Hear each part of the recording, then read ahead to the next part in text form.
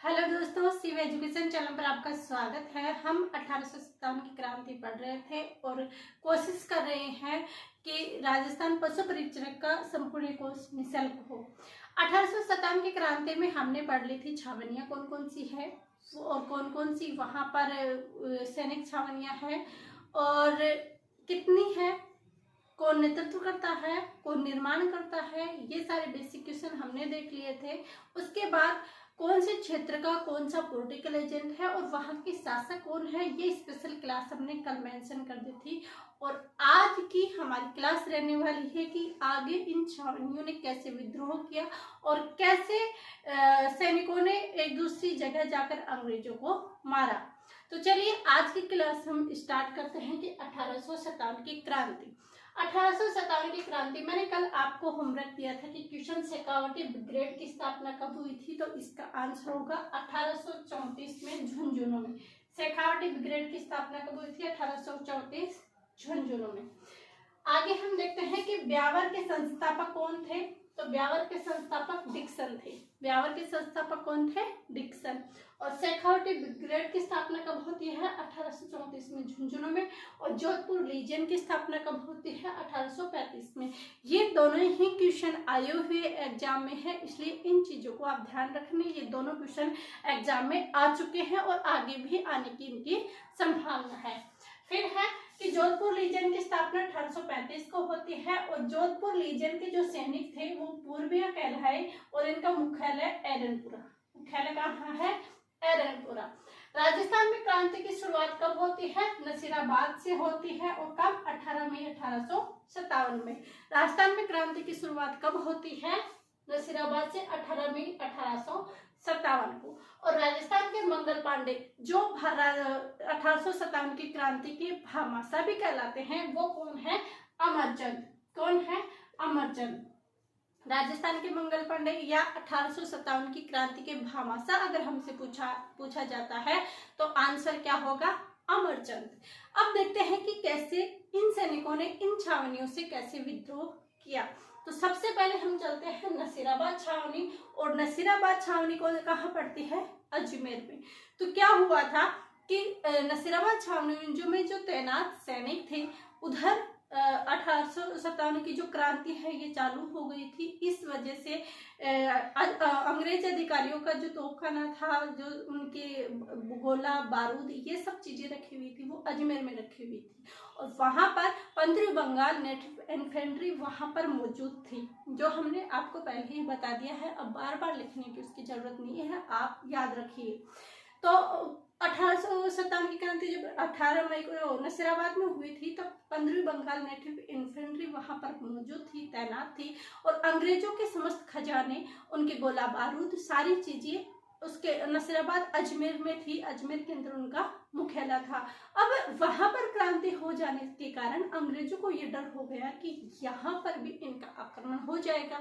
अगर इनका आक्रमण हो जाएगा तो इससे अच्छा है कि क्यों ना हम पहले ही तैयारी कर रखें, पहले ही अपनी सुरक्षा कर लें, ताकि अगर ये सैनिक विद्रोह भी करते हैं तो हमारा नुकसान नहीं हो। क्योंकि 30 ही अंग्रेज सैनिक थे, बल्कि सभी कौन थे? हमारे राजस्थान के थे, हमारे हिंदुस्तान के थे, तो सभी यहीं के थे। और कुछ ही 30, टोटल में 30 थे, बल्कि वैसे नहीं थे, कम ही थे।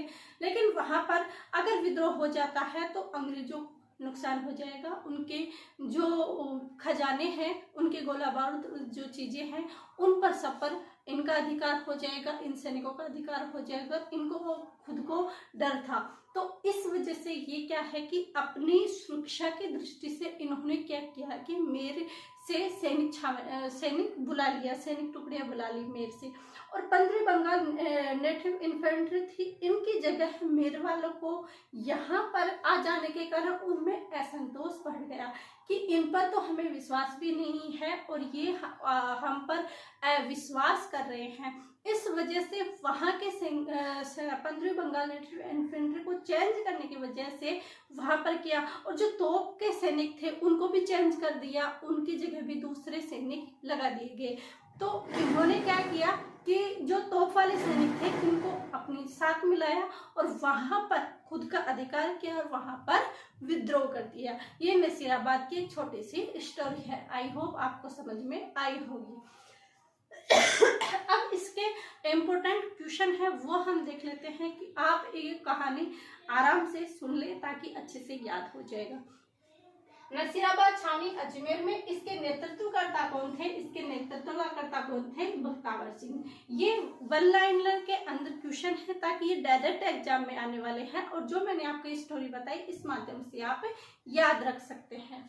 तो नसीराबाद छावनी के नेतृत्वकर्ता कौन है? बख्तावर सिंह। और नसीराबाद सैनिकों को नसीराबाद छावनी के सैनिक अजमेर की बजाय कहाँ गए? जब उन्होंने वहां पर विद्रोह कर दिया, विद्रोह करने के बाद ये कहाँ पर चले गए? ये दिल्ली पे चले गए और दिल्ली में भी जाकर इन्होंने अंग्रेज सैनिकों को मारा और वहां पर भी न्यूबरी जो सैनिक थे उसके तो टुकड़े टुकड़े उन्होंने कर दिए। अंग्रेज सैनिक थे न्यूबरी, उसके इन्होंने टुकड़े टुकड़े कर दिए।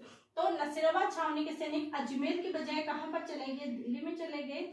नसीराबाद छावनी के क्रांतिकारियों ने न्यूबरी और स्पोर्टिस और वुड को मारा। ध्यान रखना, अगर पूछा जाए कि नसीराबाद छावनी में किन अंग्रेज अधिकारियों को मारा गया तो याद रखना न्यूबेरी, स्पोर्टिस और वुड। न्यूबेरी को तो कहते हैं कि एकदम इसके टुकड़े टुकड़े कर दिए गए थे। तो न्यूबेरी, स्पोर्टिस और वुड को मारा। नसीराबाद छावनी यह सबसे बड़ी व सबसे शक्तिशाली छावनी थी क्योंकि इन तोपों का खजाना भी यही था और इन्होंने क्या किया, जो तोप वाले सैनिक थे उनको अपने सैनिकों में मिला लिया है। किन्होंने? जो 15वीं बंगाल नेटिफी इन्फेंट्री थी उसने। नसीराबाद छावनी को लूटकर 27,000 रुपए डूंगर सिंह ने शाहपुरा के मंदिर धनोप देवी के मंदिर में चढ़ा दिए। तो ये क्वेश्चन आ सकता है कि डूंगर सिंह ने 27,000 रुपए कौन सी छावनी से लूटे? तो आंसर होगा नसीराबाद छावनी। और फिर उसका क्या किया? शाहपुरा के प्रसिद्ध देवी मंदिर धनोप माता के मंदिर में चढ़ा दिए। ये नसीराबाद से कुछ क्वेश्चन आने लायक हैं, वो चीजें यहाँ पर मेंशन की गई है। फिर हम पढ़ते हैं नीमच छावनी। जब 28 मई को यहाँ पर क्रांति की शुरुआत हो गई तो उसके बाद नीमच में होती है और नीमच के अंदर नीमच में 3 जून 1857 की क्रांति होती है और ये एकमात्र ऐसी क्रांति है जो राजस्थान से बाहर हुई थी। क्या हुई थी? नीमच छावनी राजस्थान से बाहर हुई थी। क्या हुई थी? राजस्थान से बाहर हुई थी। यहाँ पर क्या हुआ था कि जो अंग्रेज अधिकारी थे और उसके एबोर्ट जो अधिकारी थे अंग्रेज, उसको मोहम्मद जो अली बेग है ना, उसको व्यंग्यात्मक हो गया था इन दोनों के बीच में। तब मोहम्मद अली बेग ने उसको एबोर्ट को कहा था कि तुम अपनी बात पर भी नहीं रहते, तुम कौन सा अपनी बात पर रहते हो। अवध को आपने किया था, अवध भी हड़प लिया। तो ऐसे व्यंग हो जाने के बाद इन दोनों के बीच बातें हुई थी। फिर भी इन्होंने इसको मोहम्मद अली बेग को उन लोगों ने शांत कर दिया था। उसके बाद भी क्या हुआ कि ये हीरालाल है वहां पर इसने क्रांति का नेतृत्व किया और इसने क्रांति की शुरुआत कर दी क्योंकि क्रांति पहले हो चुकी थी। कहां पर? नसीराबाद में। तो इस वजह से यहाँ के सैनिकों ने भी क्या किया? विद्रोह करना शुरू कर दिया। तो राजस्थान बाहर हुई थी। नेतृत्वकर्ता कौन है? हीरालाल और मोहम्मद अली बेग। और यहाँ पर क्या किया था? डोंगला गांव के जब यहाँ पर विद्रोह हुआ तब डोंगला गांव चित्तौड़ के रघुराम किसान, ध्यान रखना, रघुराम किसान ने नीमच के अंग्रेज अधिकारियों को शरण दी। नीमच के अंग्रेज अधिकारियों को किसने शरण दी? डोंगला कहाँ है? चित्तौड़ में। रघुराम किसान ने क्या दी? अंग्रेजों को शरण दी।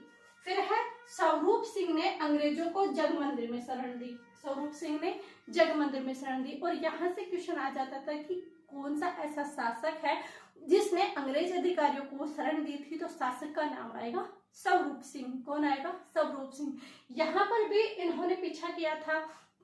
मेवाड़ के ये सावर्स हैं और जो जोधपुर के वाल्टर हिथकोट है, इन्होंने यहाँ पर इनका पीछा भी किया था, लेकिन डोंगला के स्थान पर जाकर इनकी लड़ाई होती है और वहां पर भी अंग्रेज सैनिक मारे जाते हैं। तो डोंगला वाली घटना हम पढ़ेंगे कल वाली क्लास में, डोंगला और अहुआ वाला विद्रोह। आज कुछ देखते हैं। स्वरूप सिंह ने अंग्रेजों को जगमंदिर में शरण दी।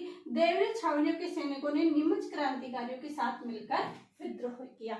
यानी नीमच क्रांतिकारियों के साथ किसने विद्रोह किया?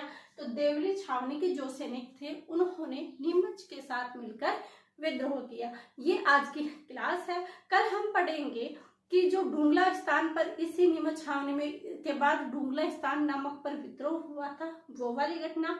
और उसके बाद हम पढ़ेंगे अहुआ के विद्रोह की घटना, क्योंकि ये 2 क्वेश्चन एग्जाम में आते हैं। ये एक स्टोरी के माध्यम से भी आपको कहानी बताई गई और ऐसे भी लर्निंग क्वेश्चन आपको दिए गए। यह क्लास कैसी लगी आपको कमेंट करके जरूर बताएं। वीडियो को लाइक शेयर एंड सब्सक्राइब कीजिए। आप सभी का धन्यवाद। Thank you.